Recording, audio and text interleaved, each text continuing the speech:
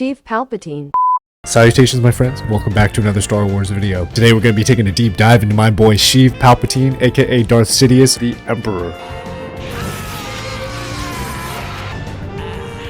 And my hope and goal for you, my dearest viewer, is after you're done watching this video, for you to hopefully understand how truly amazing and peak Palpatine is, and why this boy has the drippiest drip of all the Star Wars characters. And hopefully you'll like him just as much as me, and put a picture of him on your fridge. Let me go show you what I mean. We're going to be taking you on the mobile cam for this one. Let's go.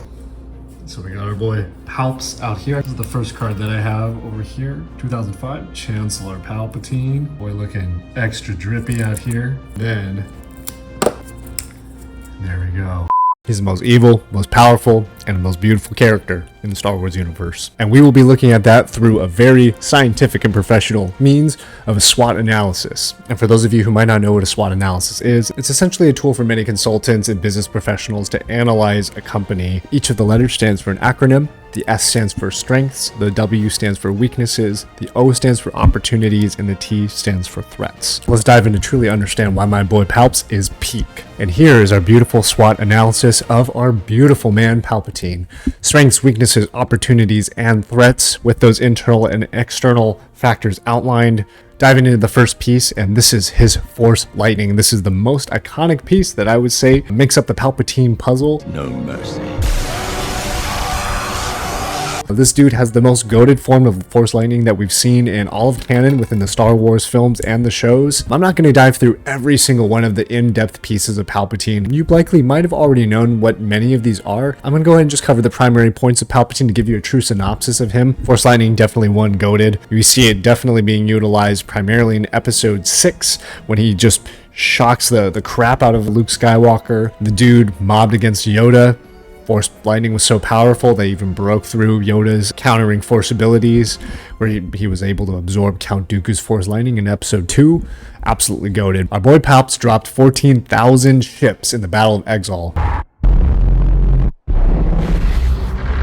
Wait, what was that planet's name really quick? Oh man, I forgot the name of the planet. Not one of my favorite films, but in Star Wars Episode 9, the Battle of Exegol, dropped 14,000 ships just by shooting it up in the sky, man. That's pretty wild. Manipulation. Palpatine was the master of manipulation in Star Wars. He was able to infiltrate the Jedi, the Senate, and truly was a master tactician. Definitely the true form of manipulation as a Sith Lord. He also has lightsaber mastery. We see it more between Episode 3 and then many of the Clone Wars episodes, but he mastered two forms specifically, which is Jar Kai, with the ability to use two lightsabers with a very aggressive lightsaber stance. You see that lightsaber form used the most in the Clone Wars, where it's goated. So if you haven't watched those scenes, even just check them out on YouTube. You could see him fight multiple opponents, specifically Darth Maul and his brother Savage Opress. Extremely fast, very agile. He has also mastered the form of Juyo with a shorter hilt single-bladed lightsaber. We see him use it in Episode 3 against Yoda, and then we also see him use that form against the Jedi Council Masters in the Senate when Mace Windu confronts him, where he just slaughters all of the Jedi Masters. It's treason. So underrated, but Palpatine is one of the most skilled swordsmen. Another power of note is Dark Illusion and his Dark Aura. Dark Illusion is pretty wild. He's able to use Force manipulation on Yoda in the Clone Wars. He can create apparitions and different spirits to manipulate Force users just using Force Lightning and some like blood, some Dark Sith sorcery kind of.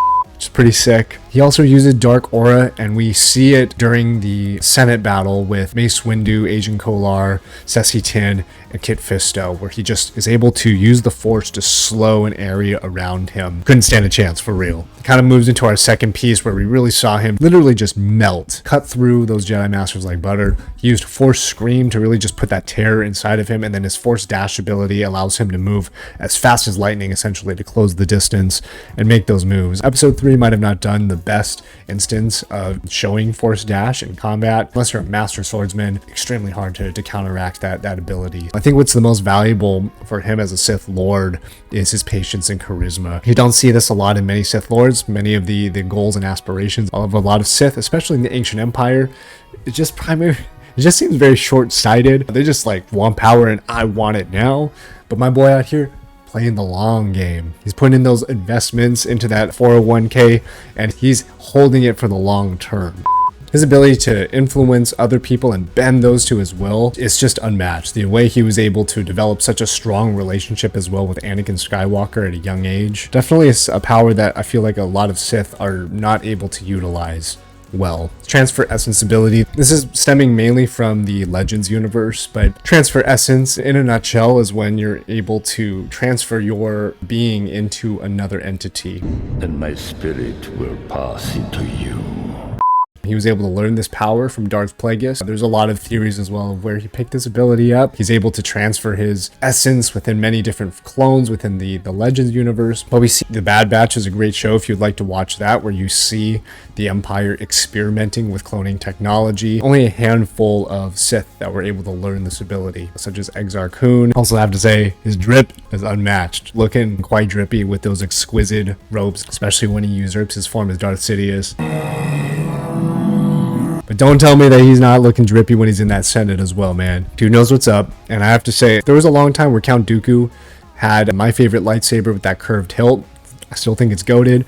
But if you take a closer look at Palpatine's hilt with the gold accents, and then you'll notice too that it's like a shorter hilt, the way he holds it, it's just so cool. It's hands down my favorite lightsaber. Eventually, we'll be trying to add it to the collection, but drip unmatched. We're gonna go ahead and move into our weaknesses out here. First one's his face. I'm taking some shots out here, but this is post Windu. You can even see it here on the image. When he launched out that lightning and got reflected back, he just continued to let it go. And yeah, the dude was looking pretty fresh beforehand, and then yeah, it's just no going back after the Force lightning hits his face. Surprised he was able to survive. Dude was again quite toasty. I would say his face is pretty unsightly, especially in the later movies as well. His fear of losing power as he was growing within the Senate from Revenge of the Sith all through 4, 5, and 6. It really clouded his judgment, and we see it a lot with the way he interacts with Darth Vader and the information in his training style of what he's passing on to Anakin Skywalker. Really blinded his vision to understand that Anakin would eventually turn on him and choose his son Luke Skywalker over power. Palpatine ultimately just did not want to lose power, and that was what fueled most of his ambition. His own lightning, this ties back into his face, but Palpatine really just screws himself the most with his own Force lightning. It's goated, but doesn't know when to stop. He's pulling the Uno reverse card on himself too many times. We see him use it in Revenge of the Sith where he gets shocked out the butt, and then we see him die in episode 6 from his own lightning, essentially, Vader throwing him off the edge, and then happens again.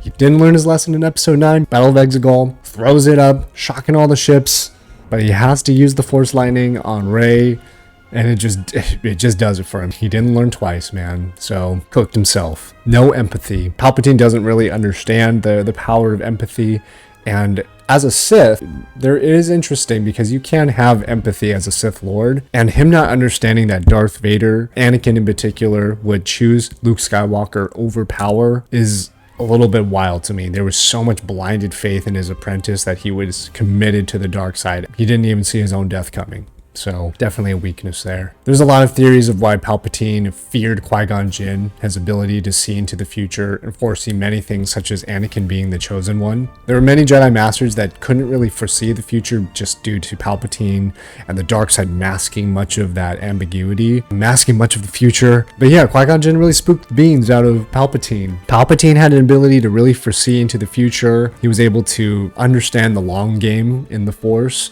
He really had to dispatch him, and he's like, it's time for the Sith to reveal ourselves. We got to make moves. It's Qui-Gon Jinn seeing too much. Got to end it now. Really put a true amount of fear into our boy Palps. And next on the list, subscribe. Another weakness is that I've noticed many of you are not subscribed to my channel. So if you like Star Wars content like this, please do yourself a favor and do it and subscribe if you would like to see more Star Wars content. Appreciate a like, and it helps the channel out. So as we move into our opportunities of our SWOT analysis, just a reminder, we were looking at the internal factors, focusing at Palpatine himself for his strengths and his weaknesses. And now we're going to go ahead and move into the external factors. So what are things outside of just Palpatine the character that could affect his future as a character? Because we all want to see more Palps, but there's many things at play, and there's some things that we can do as fans to give Palps the attention that he deserves. So the first is a new show or spin-off film. I understand that it's a little bit tricky now just because we've already seen lots of Palps. He's pretty much throughout the entire Skywalker saga, and we're moving into a new generation now of writing and shows and characters.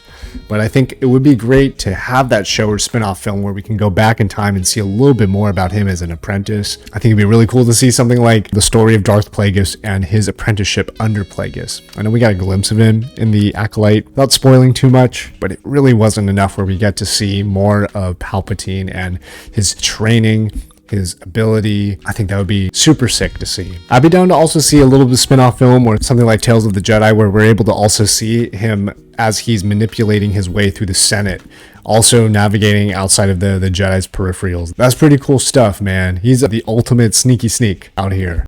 Diving into more opportunities, Darth Plagueis material. We learn more about Darth Plagueis and we inherently will learn more about Palpatine and his motivations. Darth Plagueis has a couple of novels that are highly recommended within the Legends universe now that Plagueis is also still canon within the shows. I'd like to see some more video games where Palpatine's featured. I don't know if we're going to be getting a main game with Palpatine, but it would be amazing if we could get some throwback games that can go through some of the prequels to make something with the sequels. I just want to see a little bit more Palps and use some more Force Lightning, and it's been a long time since we've seen him in a good game. Comics and books. Currently, I'm reading a handful of Star Wars comics, but I would very much like to see another reboot or some more options to see Palpatine's origins within some comics or some additional lore. Now we're moving into the threats, and these are things that could affect our boy Palps. We don't want to see too many of these down the road, but the first one is bad writing. And ultimately we can't go back, but the Rise of Skywalker happened and Palps coming back, it's not a bad idea. The Bad Batch storyline's really cool.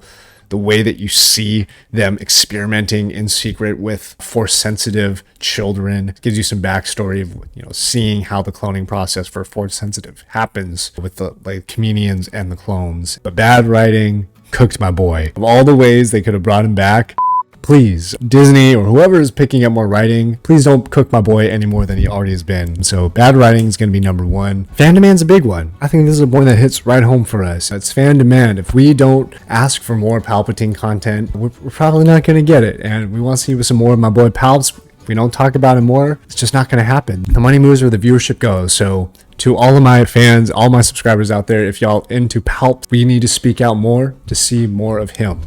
The next one is new stories. I think new stories are great for developing more of the universe that we love, which is Star Wars. But we also want to be able to balance how many new stories come out and how much care we put into those new stories. Sometimes if bad writing hits, y'all know what I'm talking about with some of the sequels. I'm all the Jedi. It just kind of cooks the universe. So if we want to keep it peak, it's a balance between what new stories can come in and the stories that we can go back to. And that, my friends, concludes our SWOT analysis of our boy Sheeve Palpatine. I applaud you, scholarly scholars, for staying until the end of the video. If you haven't already subscribed or dropped a like, helps me, helps the channel out. And I'd like to know if after seeing this video, if you agree that Palpatine is the drippiest of the drip in the Star Wars universe. If y'all made it this far in the video, please comment ultimate power in the comments section. Do it. And thanks for watching, y'all. Bye.